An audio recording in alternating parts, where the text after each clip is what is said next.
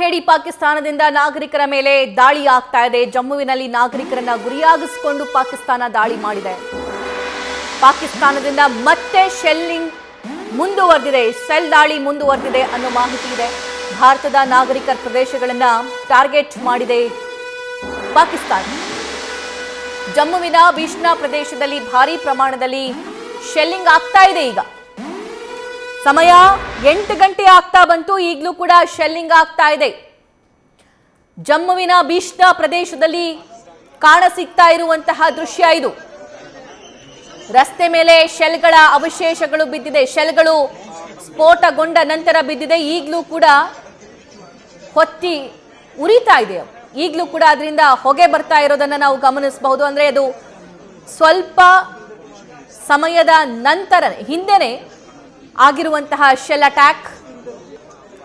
ಆ ಶೆಲ್ ದಾಳಿ ಆದ ತಕ್ಷಣ ಅಲ್ಲಿನ ಜನ ಕೂಡ ಭಯಭೀತರಾಗಿರ್ತಾರೆ. ಆದರೆ ಅಲ್ಲಿ ಸದ್ಯಕ್ಕೆ ಜನರಿಗೆ ಹಾನಿಯಾಗಿಲ್ಲ ಅನ್ನೋ ಮಾಹಿತಿ ಇದೆ. ಇನ್ನು ಜಮ್ಮುವಿನಲ್ಲಿ ಬೇರೆ ಬೇರೆ ಭಾಗದಲ್ಲಿ ಸುಮಾರು 5-6 ಜನರಿಗೆ ಗಂಭೀರ ಗಾಯ ಆಗಿತ್ತಂತೆ ಇದೇ ಶೆಲ್ ದಾಳಿಯಲ್ಲಿ. ಅವ್ರನ್ನ ಆಸ್ಪತ್ರೆಗೆ ಶಿಫ್ಟ್ ಮಾಡೋ ಕೆಲಸ ತುರ್ತಾಗಿ ಅಲ್ಲಿ ಆಗಿದೆ. ನಾಗರಿಕರ ರಕ್ಷಣೆಗೆ ಭಾರತೀಯ ಸೇನೆ ಸದಾ ಸಿದ್ಧವಾಗಿದೆ ಅಲ್ಲಿ. ಇನ್ನು ಮತ್ತೊಂದು ಭಾಗದಲ್ಲಿ ಅಮೃತ್ಸರದಲ್ಲಿ ಡ್ರೋನ್ ಏನು ಬಿದ್ದಿದೆಯಲ್ಲ, ಅದರ ಅವಶೇಷದ ದೃಶ್ಯ ಗಮನಿಸ್ತಾ ಇದ್ದೀರಿ. ಒಂದು ಡ್ರೋನ್ ಏನಿದೆ ಸುಮಾರು 5ರಿಂದ 6 kg ಸ್ಫೋಟಕವನ್ನ ಹೊತ್ತೊಯ್ಯುವ ಸಾಮರ್ಥ್ಯವನ್ನ ಹೊಂದಿರುತ್ತೆ. ಆ ಎಷ್ಟು ಪ್ರಮಾಣದಲ್ಲಿ ಸ್ಫೋಟಕ ತರ್ತಾ ಇತ್ತು ಈ ಡ್ರೋನ್, ಇದರ ಬಗ್ಗೆ ಮಾಹಿತಿ ಕಲೆ ಹಾಕೋ ಕೆಲಸ ಇನ್ಮೇಲೆ ಶುರುವಾಗುತ್ತೆ. ಮತ್ತೊಂದು ಜಮ್ಮುವಿನ ಬಿಷ್ಣಾ ದೃಶ್ಯ ಗಮನಿಸ್ತಾ ಇದ್ದೀರಿ. ಅಲ್ಲಿ ಶೆಲ್ ದಾಳಿಯಾಗಿದೆ. ಈಗ ಜನಸಾಮಾನ್ಯರು ಹೊರಗಡೆ ಬಂದು ಅದನ್ನ ನೋಡ್ತಾ ಇದ್ದಾರೆ. ಡೀಟೇಲ್ಸ್ ನನ್ನ ಸಹೋದ್ಯೋಗಿ ವಿದ್ಯಾಶ್ರೀ ನೀಡ್ತಾರೆ. ವಿದ್ಯಾ, ರಾತ್ರಿನೇ ಶೆಲ್ ದಾಳಿ ಸ್ಟಾರ್ಟ್ ಆಗಿ ಬೆಳಗ್ಗೆ ಅಷ್ಟೊತ್ತಲ್ಲಿ ಶೆಲ್ ಆಗಿರ್ಬೋದು, ಮಿಸೈಲ್ ಆಗಿರ್ಬೋದು ಅಥವಾ ಫೈರಿಂಗ್ ಆಗಿರ್ಬೋದು ಕಂಪ್ಲೀಟ್ ಆಗ್ತಿತ್ತು. ಆದರೆ ಇವತ್ತು ಅದು ನಿಲ್ಲೋ ಲಕ್ಷಣ ಇಲ್ಲ. ಬೆಳಗ್ಗೆನೂ ಆಗ್ತಿದೆ, ಸಮಯ 8. ಈಗಲೂ ಕೂಡ ಬಿಷ್ಣಾದಲ್ಲಿ ಶೆಲ್ ದಾಳಿ ಆಗಿದೆ ಅಂತ.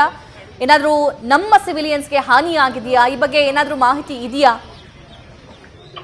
ಸಭಾ, ನೀವು ಹೇಳಿದ ಹಾಗೆ ಬೆಳಗ್ಗೆ ಆದ್ರೂ ಕೂಡ ಸದ್ಯ ಕಂಟಿನ್ಯೂ ಆಗಿದೆ ಯುದ್ಧದ ಪರಿಸ್ಥಿತಿ. ಎರಡೂ ದೇಶಗಳ ನಡುವೆ ನಿರ್ಮಾಣ ಆಗಿರೋದು. ಯೂಶುವಲ್ ಆಗಿ ಬೆಳಕು ಹರಿತಾ ಇದ್ದ ಹಾಗೆ ಶೆಲ್ಲಿಂಗು ಅಥವಾ ಡ್ರೋನ್ ದಾಳಿ ಯಾವುದೂ ಕೂಡ ಇರ್ತಾ ಇರಲಿಲ್ಲ. ಕಳೆದ 2 ದಿನಗಳಿಂದ ನಾವು ಅದನ್ನ ಗಮನಿಸಿದ್ವಿ. ಆದ್ರೆ ಇವತ್ತು ಹಾಗಾಗಿಲ್ಲ.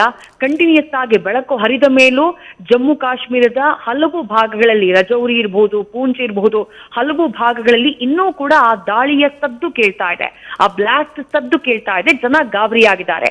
ಇನ್ನು ಪಾಕಿಸ್ತಾನ ಭಾರತೀಯ ನಾಗರಿಕರನ್ನ ಗುರಿಯಾಗಿಸಿ, ಭಾರತದ ನಾಗರಿಕರ ಮನೆಗಳನ್ನ ಗುರಿಯಾಗಿಸಿ ನಿನ್ನೆ ರಾತ್ರಿ ಶೆಲ್ ದಾಳಿಯನ್ನ ಮಾಡಿದೆ, ಡ್ರೋನ್ ದಾಳಿಯನ್ನ ಮಾಡಿದೆ, ದೇಗುಲಗಳನ್ನ ಗುರಿಯಾಗಿಸಿ ದಾಳಿ ಮಾಡಿದೆ.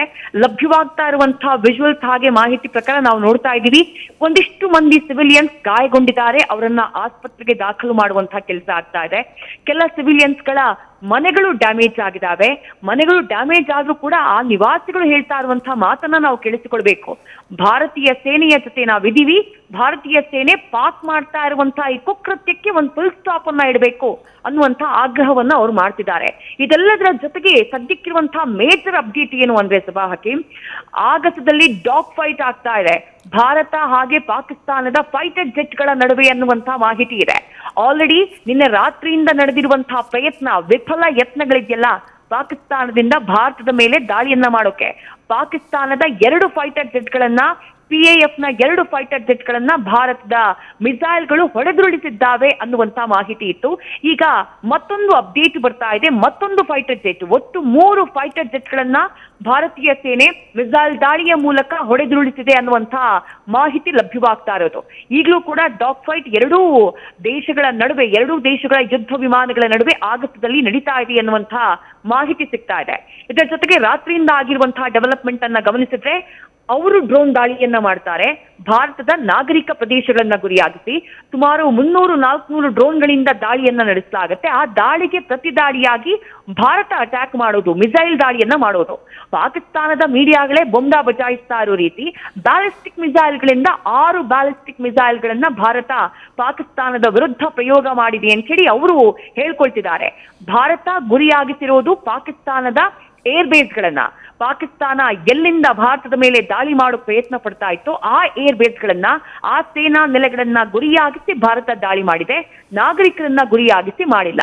ಸಿಯಾಲ್ಕೋಟ್, ರಾವಲ್ಪಿಂಡಿಯಲ್ಲಿರುವಂತಹ ನೂರ್ ಏರ್ ಬೇಸ್, ಹಾಗೆ ಮುರೀದ್ ಏರ್ ಬೇಸ್, ಜೊತೆಗೆ ಮತ್ತೊಂದು ಏರ್ ಬೇಸ್ ನಲ್ಲೂ ಕೂಡ ದಾಳಿಯನ್ನ ಮಾಡುವಂತಹ ಕೆಲಸವನ್ನ, ರಫೀಕ್ ಏರ್ ಬೇಸ್ ಅಲ್ಲೂ ಕೂಡ ದಾಳಿಯನ್ನ ಮಾಡುವಂತಹ ಕೆಲಸವನ್ನ ಭಾರತೀಯ ಸೇನೆ ಮಾಡಿದೆ. ಭಾರತದ ಸೇನೆ ಮಾಡಿರುವಂತಹ ಈ ಮಿಸೈಲ್ ಅಟ್ಯಾಕ್ ನಲ್ಲಿ ಪಾಕಿಸ್ತಾನಕ್ಕೆ ಬಹಳ ದೊಡ್ಡ ಡ್ಯಾಮೇಜ್ ಆಗಿದೆ ಅನ್ನುವಂತಹ ಅಪ್ಡೇಟ್ ಸಿಗ್ತಾ ಇದೆ. ಅವರಿಗೆ ದೊಡ್ಡ ಮಟ್ಟದ ಅವರ ಸೇನಾ ನೆಲೆಗಳು ಧ್ವಂಸವಾಗಿದ್ದಾವೆ. ಏರ್ ಬೇಸ್ಗೆ ಬಹಳ ದೊಡ್ಡ ಮಟ್ಟದ ಡ್ಯಾಮೇಜ್ ಆಗಿದೆ ಅನ್ನುವಂತಹ ಮಾಹಿತಿ ಕೂಡ ಸದ್ಯಕ್ಕೆ ಲಭ್ಯವಾಗ್ತಾ ಇರೋದು. ಅದರ ಜೊತೆಗೆ ಪಾಕಿಸ್ತಾನ ಫೈಟ್ ಬ್ಯಾಕ್ ಮಾಡುವಂತಹ ಪ್ರಯತ್ನವನ್ನ ಮಾಡ್ತು. ಭಾರತದವರು ನಮ್ಮ ಮೇಲೆ ಮಿಸೈಲ್ಗಳನ್ನ ಹಾಕಿದ್ರು, ನಾವು ಕೂಡ ಮಿಸೈಲ್ ಹಾಕ್ತೀವಿ ಅಂತ ಹೇಳಿ ಇವರು ದೆಹಲಿಯನ್ನ ಗುರಿಯಾಗಿಸಿ ಫತೇಹ್-1 ಮಿಸೈಲ್ ನ ಭಾರತದತ್ತ ಪ್ರಯೋಗ ಮಾಡ್ತಾರೆ. ಭಾರತದತ್ತ ಕಳುಹಿಸುವಂತಹ ಕೆಲಸವನ್ನ ಪಾಕಿಸ್ತಾನ ಮಾಡಿತ್ತು. ಆದ್ರೆ ಸೇನೆಯ ಮೂಲಗಳಿಂದ ಲಭ್ಯವಾಗ್ತಾ ಇರುವಂತಹ ಮಾಹಿತಿ ಏನು ಅಂತಂದ್ರೆ, ಆ ಮಿಸೈಲ್ ಶಿರ್ಸಾ ಬಳಿ ಬರ್ತಾ ಇದ್ದ ಹಾಗೆ ಅದನ್ನ ಹೊಡೆದುರುಳಿಸುವಂತಹ ಕೆಲಸವನ್ನ ನಮ್ಮ ಏರ್ ಡಿಫೆನ್ಸ್ ಸಿಸ್ಟಮ್ ಮಾಡಿದೆ, ನಮ್ಮ ಮಿಸೈಲ್ ಮಾಡಿದೆ ಅನ್ನುವಂತಹ ಅಪ್ಡೇಟ್ ಸಿಗ್ತಾ ಇದೆ. ವಿದ್ಯಾ, ಮತ್ತೊಂದು interesting point as a journalist ನನಗೆ ನಿಮಗೆ ಏನು ಅಂತಂದ್ರೆ, ನಾವು ರಷ್ಯಾ ಯುಕ್ರೇನ್ ವಾರ್ ನೋಡಿದೀವಿ, ಸ್ಟುಡಿಯೋದಲ್ಲಿ ಕುತ್ಕೊಂಡು ಅಪ್ಡೇಟ್ ನೋಡಿಕೊಂಡು ಕವರ್ ಮಾಡಿದ್ದೀವಿ. ಅದರ ಜೊತೆಗೆ ಇಸ್ರೇಲ್ ಮತ್ತು ಹಮಾಸ್ ವಾರ್ ಆದಾಗ ಈಗಲೂ ಕೂಡ ಆಗ್ತಾ ಇದೆ. ಐರನ್ ಡೋಮನ್ನ ಯೂಸ್ ಮಾಡ್ತಾ ಇದೆ ಇಸ್ರೇಲ್ ಅಂತ ಹೇಳಿ ಅದನ್ನ ತುಂಬಾ ಚೆನ್ನಾಗಿ ನಾವು ಎಕ್ಸ್ಪ್ಲೈನ್ ಮಾಡ್ತಾ ಇದ್ವಿ. ಅವರು ಮಿಸೈಲ್ ಅಟ್ಯಾಕ್ ಮಾಡ್ತಾ ಇದ್ರೆ ಅದನ್ನ ತಕ್ಷಣ ಹೊಡೆದುರುಳಿಸುತ್ತೆ ಅಂತ ಅಂದ್ಬಿಟ್ಟು. ಆದ್ರೆ ನಮ್ಮ ಹತ್ರ ಆ ಶಕ್ತಿ ಸಾಮರ್ಥ್ಯ ಇದೆ, ಅದಕ್ಕಿಂತ ಅಡ್ವಾನ್ಸ್ S-400 ಇದೆ, ಅದನ್ನ ನಾವು ಬಳಸ್ತಾ ಇದೀವಿ. ಅದು ನಮ್ಮ ದೇಶದಲ್ಲಿ ಬಳಕೆ ಆಗ್ತಾ ಇದೆ, ರಷ್ಯಾದಿಂದ ತಗೊಂಡಿದೀವಿ, ಅದನ್ನ ನಮ್ಮ ಸೇನೆ ಏರ್ ಡಿಫೆನ್ಸ್ ಸಿಸ್ಟಮ್ ಯೂಸ್ ಮಾಡ್ತಿದೆ ಅನ್ನೋದು ನಮ್ಮೆಲ್ಲರಿಗೂ ಹೆಮ್ಮೆ. ಸೊ ಇದೇ S-400 ಅಲ್ಲಿನ ಮಿಸೈಲ್ಗಳನ್ನ, ಅಲ್ಲಿಂದ ಆಗ್ತಿರುವಂತಹ ಅಟ್ಯಾಕ್ಸ್ ಗಳನ್ನ ಸ್ಟಾಪ್ ಮಾಡ್ತಿದೆ. ಸೊ ಇದ್ರ ಬಗ್ಗೆ ಇಂಟ್ರೆಸ್ಟಿಂಗ್ ಫ್ಯಾಕ್ಟ್ಸ್ ತಿಳಿಸ್ಕೊಡ್ಬಹುದಾ ನಮ್ಮ ವೀಕ್ಷಕರಿಗೆ? ಖಂಡಿತ ಸಭಾ. S-400 ನಾವು ಅದಕ್ಕೆ ನಮ್ಮ ಬಳಿ ಅದನ್ನ ರಷ್ಯಾದಿಂದ ನಾವು ಖರೀದಿ ಮಾಡಿದ್ಮೇಲೆ ನಾವು ಅದಕ್ಕೆ ಇಟ್ಟಂತಹ ಹೆಸರು ಸುದರ್ಶನ್ 400.